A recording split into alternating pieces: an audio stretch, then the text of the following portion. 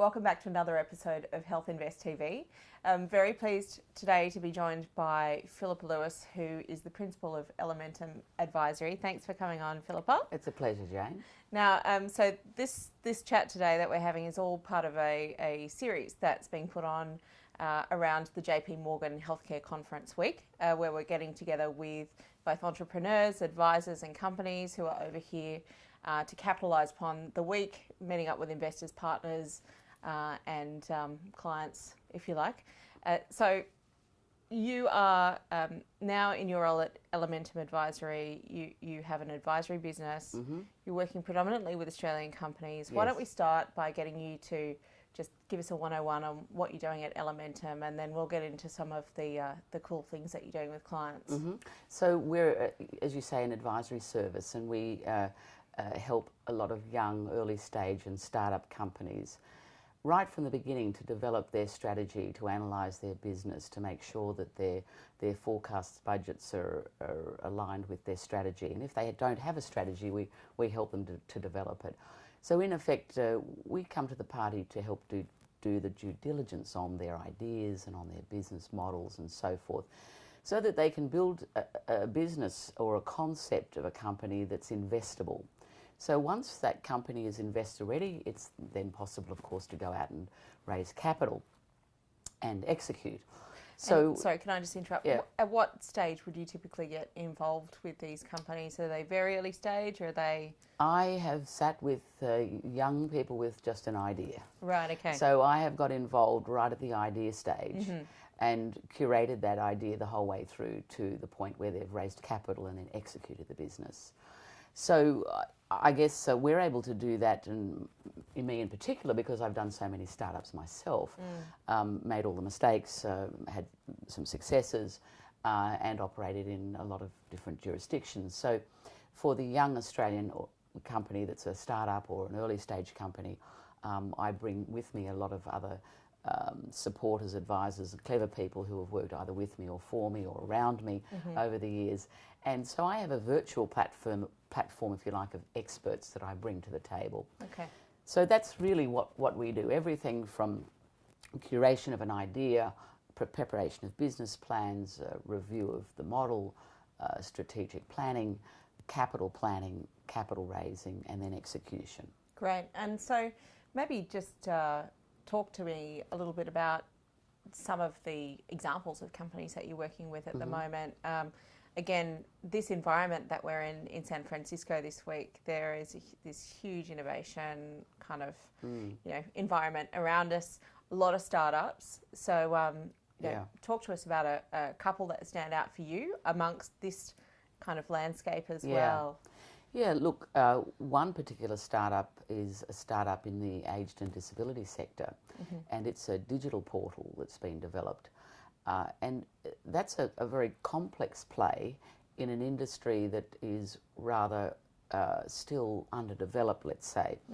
So the industry of ageing and disability, and this is in particular in Australia, has had a lot of disruption in the last 2 years. And as they say in healthcare, you have to follow the money. And that's always critical when you're building a business model. So when it comes to Australia and that whole sector of ageing and disability, the funding model changed completely, and it became what's called consumer directed. So the funding was placed in the hands of the consumer.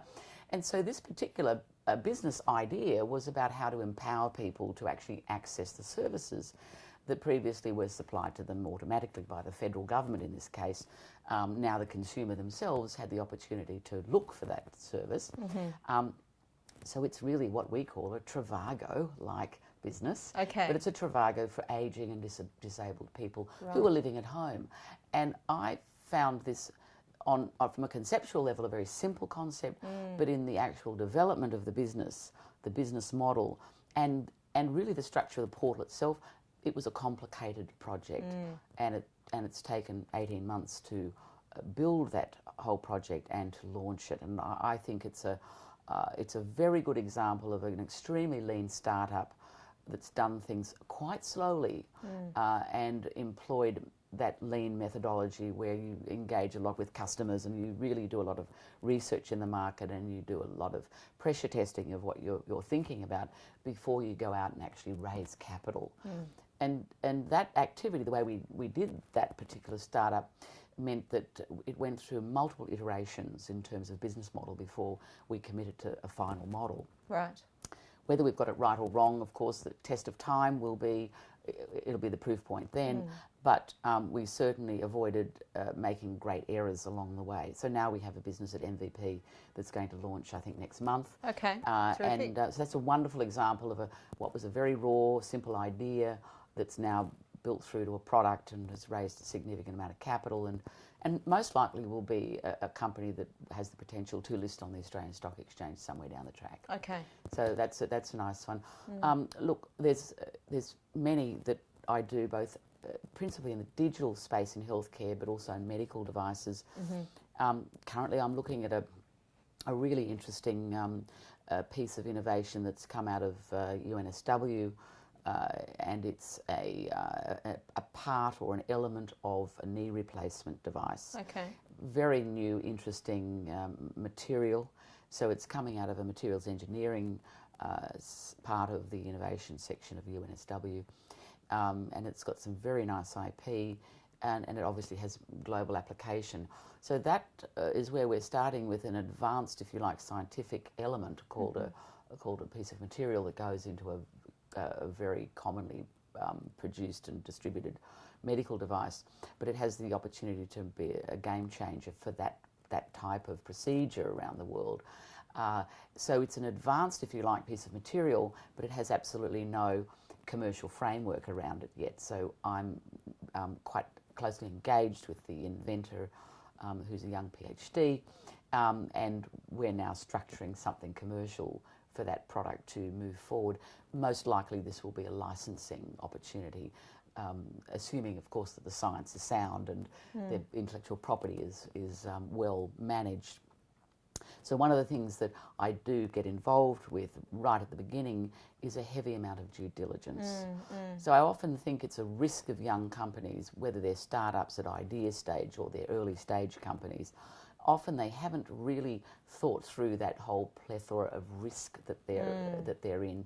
And risk usually means or equals an inappropriate level of due diligence. So sometimes young companies don't want to look at the problems they've got. They look at the glass half full, or maybe even the glass totally full. And my job is to come along and possibly tip a bit of that water out and start again and unravel things and look at things through a different prism. Well, you've brought us to an interesting point, actually, because I was going to ask you about almost the traps and pitfalls that some of these younger and early stage companies can fall into. I found it interesting how you were talking about, in that aged care example, how you've had to pivot on the business strategy quite a few times to actually get it to the point where you think that's right. And I think, in fact, for many businesses, you'll do that all along the way, right? Because as new trends come into the market, it's the nature of business. You'll have to do that to it's remain about being relevant. Nimble. So what do you see outside of some of the examples that we've talked about there already? You know, what are the major issues that you think, you know, the big one or two perhaps issues that you think younger companies should be aware of as they're sort of going out into the wilderness of commercialisation?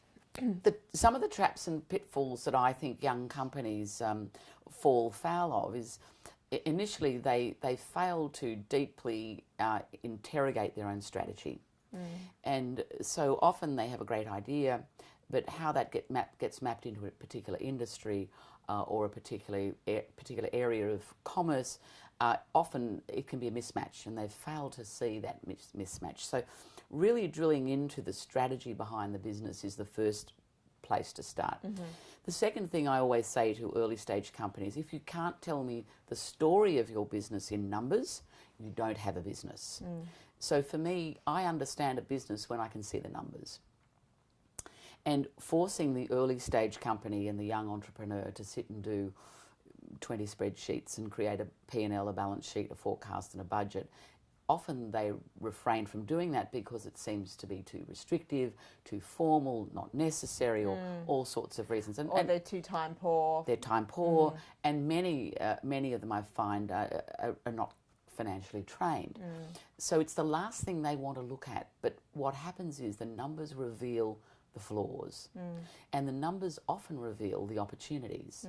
So about that earlier business I referred to, where we iterated multiple times was in the business model, physically sitting down with an analyst and building a business up from the grassroots up, and then checking every line of revenue, cost and so forth, and how it matched against the strategy, and adjusting that as we adjusted the strategy. And we adjusted the strategy as we learned a little more about the market. So it was a cyclical activity, not a linear activity. But I would say that the formation of an in-depth piece of analysis, financial analysis, informed that business quite critically and differently to what it would otherwise have been had the numbers not been done. I think the third thing and the big risk about young companies is everybody thinks and believes their company is the best thing on earth, their invention or their therapy or their innovation is unique, or that it'll work and so on. And I always say to people, look, this is like your baby is the most beautiful in the nursery. Of course it is. But for that baby to grow up, we're going to have to, look after it very carefully, and we're going to have to be quite critical of it as it grows up. So think of analogy. As you should be with a good child. With a child, yes. Such a as toddler, one a of child. my own right now. Exactly. Yes. A teenager and adults and super adults who are still managing. But when it comes to a business, it's very important that when you look to raise capital, that you carefully match the capital to the style of business that you're in. So I say to people, look, capital has a DNA, right? Not all capital is the same. And understanding what the motivations and the goals and the outcomes that your investors want from you is vitally important, that it matches what you want for your business, what you believe the business will or can do. If there is a mismatch, that is a recipe for a disaster, maybe not on day one. So I often say to people, if you take the wrong capital in, you will have to take some pain. Now, you'll take the pain now by rejecting it, or you'll ultimately have to take the pain later, but you will take pain. So it's most unwise to have a mismatch of capital ambition against the ambition of the founder or entrepreneur. So one has to be quite fussy and diligent about the capital, and to an extent it's why I say you have to be careful with this thing that you love and think is wonderful. Not everybody's going to want to give you investment capital for that. And for you to take their money, you must manage that as though it was a child. And so the best entrepreneurs are people who have that passion and drive and really love their business, but are pragmatic enough to say no when they know the match is wrong. So much of the life science plays that we have in Australia, of course, like everywhere in the world, they require quite patient capital, capital that's happy to be there for years perhaps. Some of the younger, if you like, pithier type businesses, digital businesses, the investment community wants them to turn around in 6 months. Again, that's often not possible and not practical. So it's really important to do a good match, know what you've got and know how to match the capital to those ambitions and those outcomes. I couldn't agree more. I think in the work that we do in my investor relations business, we see that not just in life sciences, but any early stage business where you bring in an investor, you have to set expectations properly with how that capital is going to be invested over the longer term and what the horizon might look like for return on investment. And how that return on investment might actually transpire, whether it's through growth or through yield. Because in Australian businesses, you know what, you may never get a yield. No. It may just be all about growth. So is that investor prepared to deal with that, or are they always going to be looking for a dividend? Or they may be transactionally focused and they're just simply investing because they believe there's going to be a transaction imminent. Imminent mean maybe 1 or 2 years away. The founder or entrepreneur of the company itself, or the board for that matter, may not be thinking in a way that the exit will be a transaction, a single transaction. It may be something else. So again, I say to those that are seeking capital, make sure your investor knows what they're investing in, and to investors, make sure you know what you're investing in. I think that's why I'm so focused on doing a deep dive on due diligence on the business before we go anywhere. Yeah. Because then we can showcase the business appropriately and transparently in a way that we attract the right capital and we don't attract the wrong capital, and everyone's happy. That's very, very sound advice, I think. Okay, so 2 last questions for you.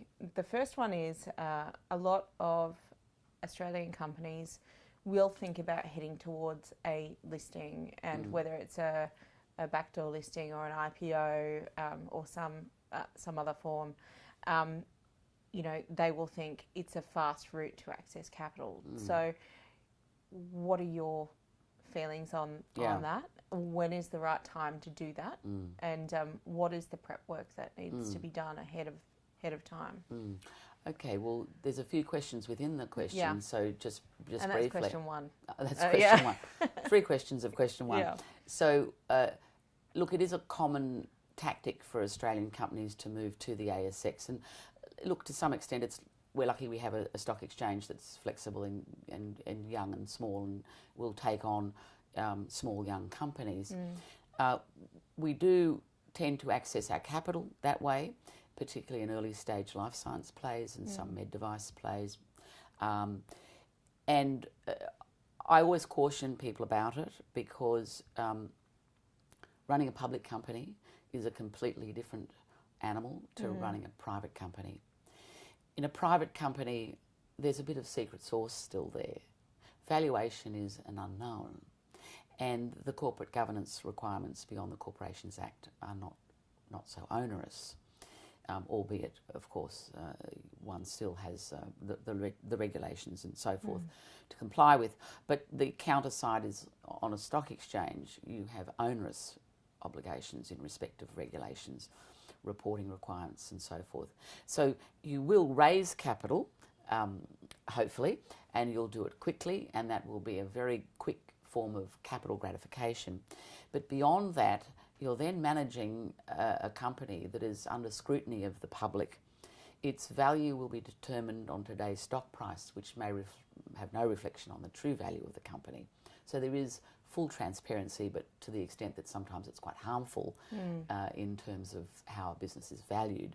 The second thing is you're judged only by the day's stock price, which is somewhat disheartening from time to time and risky. And I suppose lastly, to the point about compliance and so forth, many small young companies haven't addressed the fact that they need a professional board, and a board of directors that understands the requirements of being a public company, a board that has experience at managing strategy, risk, the chief executive and so forth, and most importantly, boards that now clearly understand the risk of cybersecurity and matters such as that. So when you list, particularly in a healthcare setting, and I just draw on that last point and expand a little bit, by far and away the greatest cyber risk globally, the most hacked and ransom-driven activities in that area is healthcare. Right. So it behoves every board and every director, and most particularly of those companies that are listed, to have a high degree of experience and knowledge and sensitivity towards cybersecurity. So back to that early stage company listing, there are a number of negatives about listing: compliance, the onerous road to get to a listing, the risks around the listing, then from that point on running a business that is under the scrutiny of the public market, and the fact that your valuation can go up and down on the whims and prayers, your stock price can drift for no particular reason. And thirdly, of course, the need for professional boards. And might I add also, we need to have more women on boards, because there's certainly a justification for more women on boards, not just from a gender equality point of view, but it has been proven many times that companies that have equality in gender or diversity, let's say, on their board are more profitable. So skill set and diversity on the board is most important if you're going to list. Now, that small company has been struggling to build a business, probably going hand to mouth. They've never thought about the skill set of their directors, and when you list, now it's time to think about your board, and that's going to be costly, take time, and be rather onerous for that founder to then report to a board. So you've just covered off about 5 or 6 massive topics that I think could, in their own right, be segments on another day. Yes. So thank you, and we will come back to those at some point in time. But what I'd like to do, just to sort of bring us back and ground us in San Francisco, where we are at the moment. There's a heat going on around us. Yeah. We've been here for a couple of days. It's Monday, but it feels like it should be Wednesday already because we're doing things in San Franciscan time. And obviously there's a lot to look at around. So you're seeing a lot at home as well. Based on your gaze across the market and innovation, what would be your number one sort of key trend or prediction, if you prefer, for 2018? Well, that's always tricky because there are many ideas swirling around when you come to a place like San Francisco for the JP Morgan. But without wanting to put my neck too far out, I think that there is a very major trend now that has huge tailwinds on it, and that is this area of digital health, digital applications, the application of artificial intelligence and big data as it relates to healthcare. So it's been spoken about for a long time. Adoption has been somewhat slow, and the regulators haven't looked that kindly upon digital healthcare plays. However, its investment has been growing dramatically, over the last 5 years. It's doubling and tripling every year. Right. What is interesting, I think, is the fact that the FDA has now determined that software programs can be deemed medical devices, which I think puts software into a more esteemed position, and furthermore that digital applications can be subject to reimbursement. Now, I think for those who have been battling to get distribution of digital applications in healthcare, and there's been many headstones along the way, I think the tide has now turned. So my prediction for 2018 is that we'll see increasing investment in digital applications, particularly as they relate to any form of artificial intelligence and anything that is fundamentally scaffolded by a blockchain application. And the use of cryptocurrency, I think, is the big emerging part of healthcare. You've just thrown in a couple of extra fantastic keywords there, Philippa Lewis. Thank you for spending the time with me this afternoon. Pleasure, Jane. Thank you. And we'll keep in touch. Thanks.